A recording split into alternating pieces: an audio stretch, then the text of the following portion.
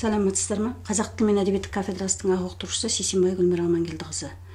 Бүгінгі дәріс оқылатын пәніміз 19 ғасырдағы қазақ әдебиеті, ал дәрісіміздің тақырыбы Майлықожа Сұлтанқожаұлының өмірі мен шығармашылығы. Дәрісіміздің жоспары Майлықожа Сұлтанқожаұлының өмірі туралы деректер зерттелуі. Ақын шығармашылығы және ақынның жаңашылдығы туындыларының мазмұндық ерекшелігі.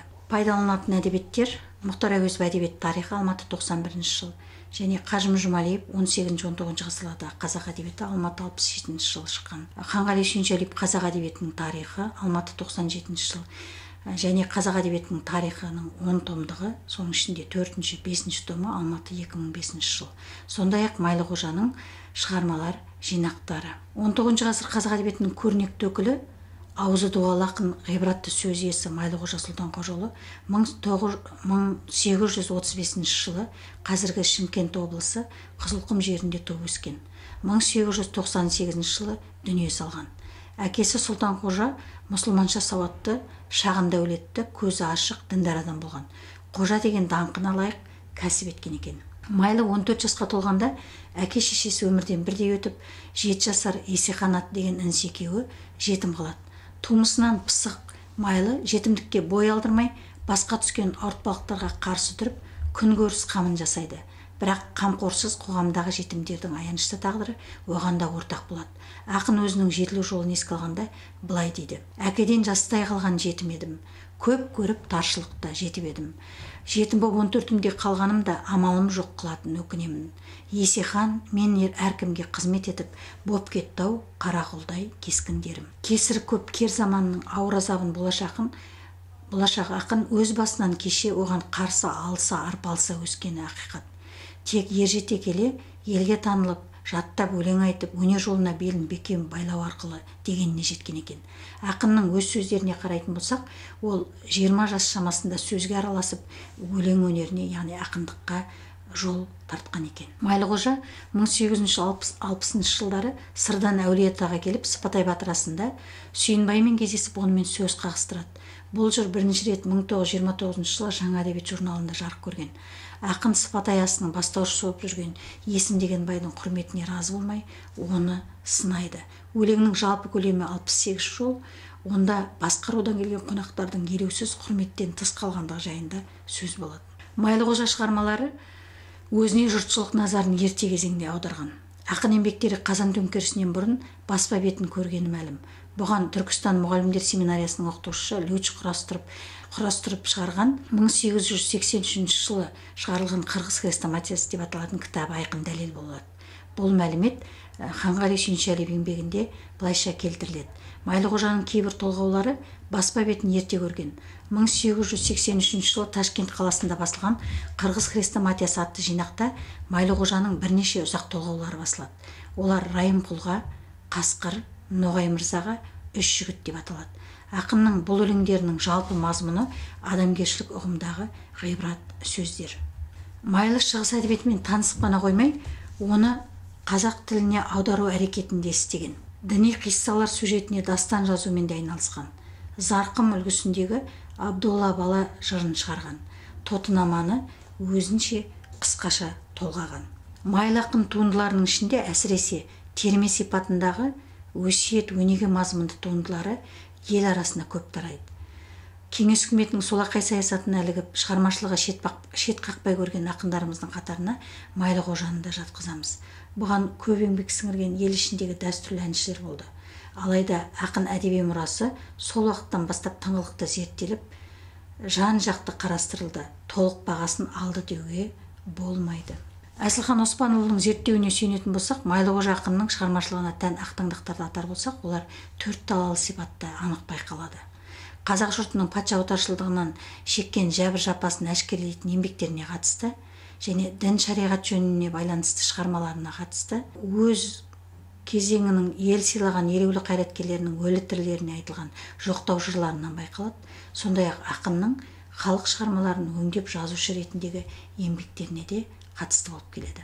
Кезінде Мұхтар Әуезовтің аспиранты болып ұлы ғұламадан тәлім тәрбие алған, оның тікелей жетекшілігімен ғылыми зерттеулер жүргізген Әзілхан Оспанұлы бар өмірін Майлықожа ақынның өлең жырларын жинап зерттеуге бағыштаған. бағыттаған, кешіріңіздер. 2005 жылы әдебиетші Әсілхан Оспанұлы ғұмыр бойы жинап зерттеп келген ақын Майлықожа Сұлтанқожаұлының толық шығармалар жинағын жариялайды. Сол жылы туғанына 170 жыл толатын Майлықожа ақынның шығармалары тұңғыш рет оқырман қауымға толық ретінде ұсынылған. Майлықожа ақын ғана емес, сонымен қатар дарынды жазушы болғаны туралы Майлықожаның деректер кейінгі кезде көбірек дәлелденіп жүр. Жинақта Майлықожаның қара сөзбен жазылған ертегілері мен аңыздары, хикаяттары да берілген. Белгілі фольклорист Әбубәкір Диваев кезінде Майлықожаның өз айтуы бойынша жазып алған 7 ертегі жинаққа қазақ және орыс тілдерінде енгізілген.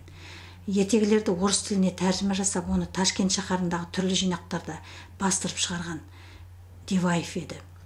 Әсілхан Оспанұлы Диваев қиссаларды және халық поэзиясын жатқа білетін, өз ойынан да шығаратын 8 қырлы талант иесі Сұлтанқожаұлы Майлықожадан лирикалық өлеңдер мен ғашықтық жырларды, ертегілер мен мысқыл өлеңдерді, соның ішінде қазақ арасына кең тараған Алдар көсе мен Шық бермес Шығайбай, Жиренше жайындағы әңгімелерді жазып алады деген. Майлықожаның айтуынан жазып алып, орыс тіліне аударып, Сырдария облысының санақ мәліметтері жинақтарында, басқа да басылымдарда бастырып отырған Әбубәкір Диваев ақын айтып жаздырған 7 ертегіні орысшалап жариялаған. Олардың ішінен 4-еуі атап айтқанда 3 ауыз сөз, түлкі мен маймыл, бөдене мен түлкі, бұл не қылған батпан құйрық ертегілері ғана бұрыншы соңғы шыққан ертегілер жинақтарында үзбей жарияланып келген. Ал 2 патша, сұм түлкінің қылықтары, ала қарға мен түлкі ертегілерін Майлықожа ақынның туғанына 155 жыл толуына қатысты 1985 жыл кеңінен атап өткен Бөген ауданы жұртшылығына аудандық коммунизм таңы газеті алғаш жариялап ұсынған. Халқымыздың ауыз әдебиеті шығармаларынан Майлықожа өңдеп, өзінше айтып, ел арасына кеңінен насихаттап жүрген шығармалардың 3-ші саласы батырлық жырларымызға қатысты.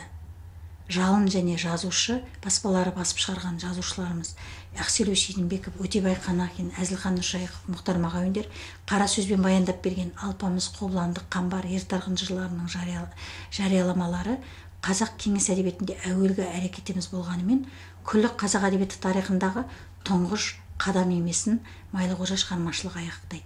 Бұған Шора батыр жырының ақынның қара сөзбен баяндаған нұсқасы бұл бағыттағы ең әуелгі әрекет екендігі дәлел бола алады.